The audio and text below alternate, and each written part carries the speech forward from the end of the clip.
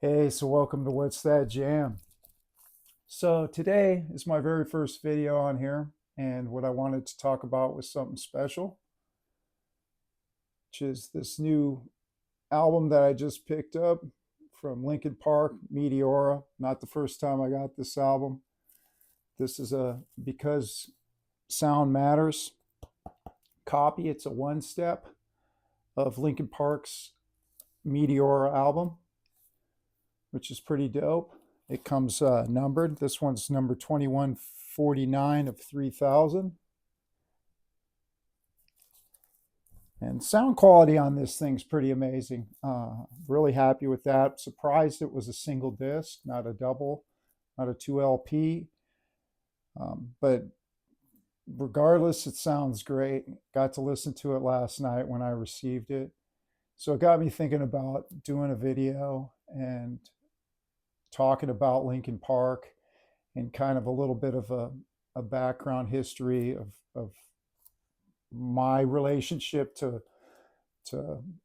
Linkin Park and where it all started for me. And so with me, it started in 2000 when they released Hybrid Theory. Actually, before they released Hybrid Theory, I was I caught some of their tracks off of Napster. Actually heard the album before it dropped, so I was pretty pumped when that album came out, and I got tickets to see them in I believe it was January 2000, and got to see them at the Fillmore in San Francisco, which is a pretty amazing venue. If you've ever been there, it's in San Francisco. It's a small club, holds about 900 people. They were brand new. There was a line, a lot of energy getting into the show. I went with my buddy JB, and we actually won. I won tickets on Live 105 radio station, which is also out of San Francisco, and I got a meet and greet. So I was pretty pumped. I was going to get to meet him on top of it. So they let us into the venue early just to show you. When you go to the Fillmore, what's really cool about it is they give you a poster when you leave. And so here's the actual poster from the show, which is really cool. You can't really see it if I get up close. I actually had all of the band members sign this poster, not at that show because they gave it to us at the end of the show, which I was kind of bummed. I was hoping they were going to give us this prior to us meeting them. So in the Fillmore, the way it works is there's an upstairs which has got kind of like two bars and a stairwell going down, and then the main floor, and there's chandeliers and the stage. It's not a really big venue, but there's some limited seating up top. If you're lucky enough to get there early, there's some tables up against the railing, and you got a good view of the band. Most people are on the floor, which is also a great. I mean, anywhere in this venue is great. The sound quality's pretty amazing inside of there, and so they took us up early to get back onto that story and got to meet Linkin Park in person, and it was kind of like it was like a it was just kind of chaotic because we were all up there. There was probably like 30 of us that had won this opportunity, and we're sitting there waiting around in this bar area, and then they kind of all just came out and were mingling in the crowd, and my objective was I wanted to get their autographs because I felt like they were going to blow up. I thought they were going to, for new metal music, and these guys, were, in my opinion, were going to be the next big thing. And I wanted to actually try to get them to all sign my CD since I couldn't get my poster signed. And so that's exactly what I did. So here's my actual copy with all the members signed it, uh, which is pretty cool. This is something that I cherish. And I had to go around and find each one of them and then get them to sign it. And I was with my buddy, and I was the last guy I was trying to find was Chester. And I remember at the time Mike had like blue hair. And you can look this up if you look on YouTube for Linkin Park at the Fillmore in San Francisco. That actual concert, there's a video from a local channel put out, and you can actually watch this event, not our the autograph signing, but the actual concert. And you can see Mike with his blue hair, and Chester's hair was blonde, but it was like dyed blonde.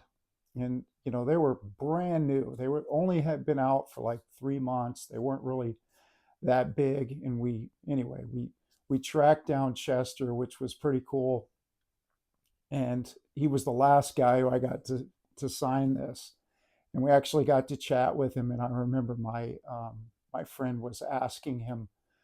So I don't know why he asked him, but he goes about the writer. He goes, "What about you guys as writer? What do you request when you're on tour?" They were touring on a bus at the time, right? So they weren't. I don't even think they were flying around. They were rolling around on this bus. And he said the thing that I asked for, Chester said, was socks. I remember it stood out in my memory, which I thought was kind of funny. He goes, "You don't know, man." He goes, when you're going from show to show, he goes, "It's so nice to have a brand new, fresh pair of socks every time we roll into a town." And I thought that was hilarious. They were just so genuine. And it was really a cool experience. And I was fortunate enough to get to meet them like 2 other times because they're super cool. They have a fan club, and they were really approachable and easy to meet. And so that kind of carries on to the next part of the story, which is Meteora. This album came out, and which was 2003.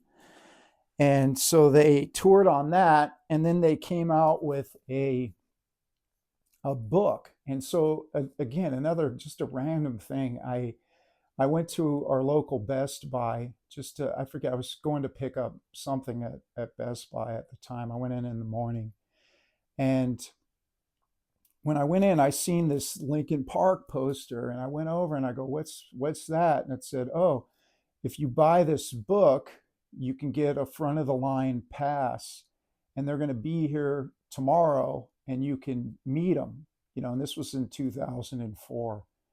I was like, "No way!" And I go, "Yeah, I'll buy one of those books." And they gave me like a wristband, and this was the book. And so this is it's just a collection of pictures from the Meteora, tour. And so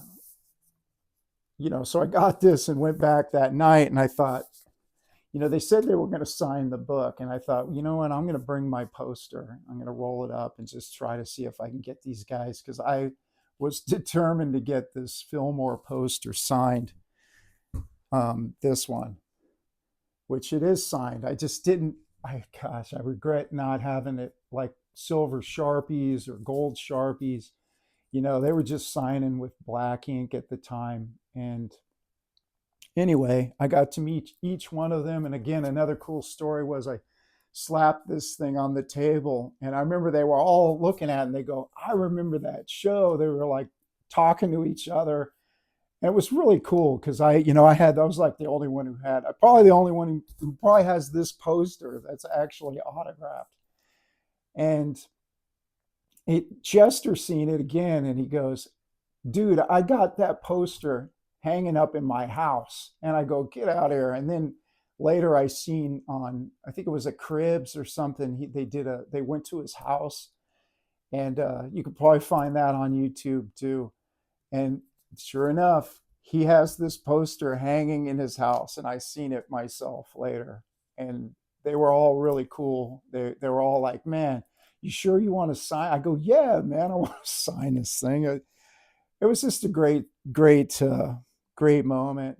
So that's really what I wanted to share today. I could talk more about the concert or something. I'd love to sit down with my buddy JB one day and do one of these videos with him and actually talk about the show. But hey, thanks for tuning in.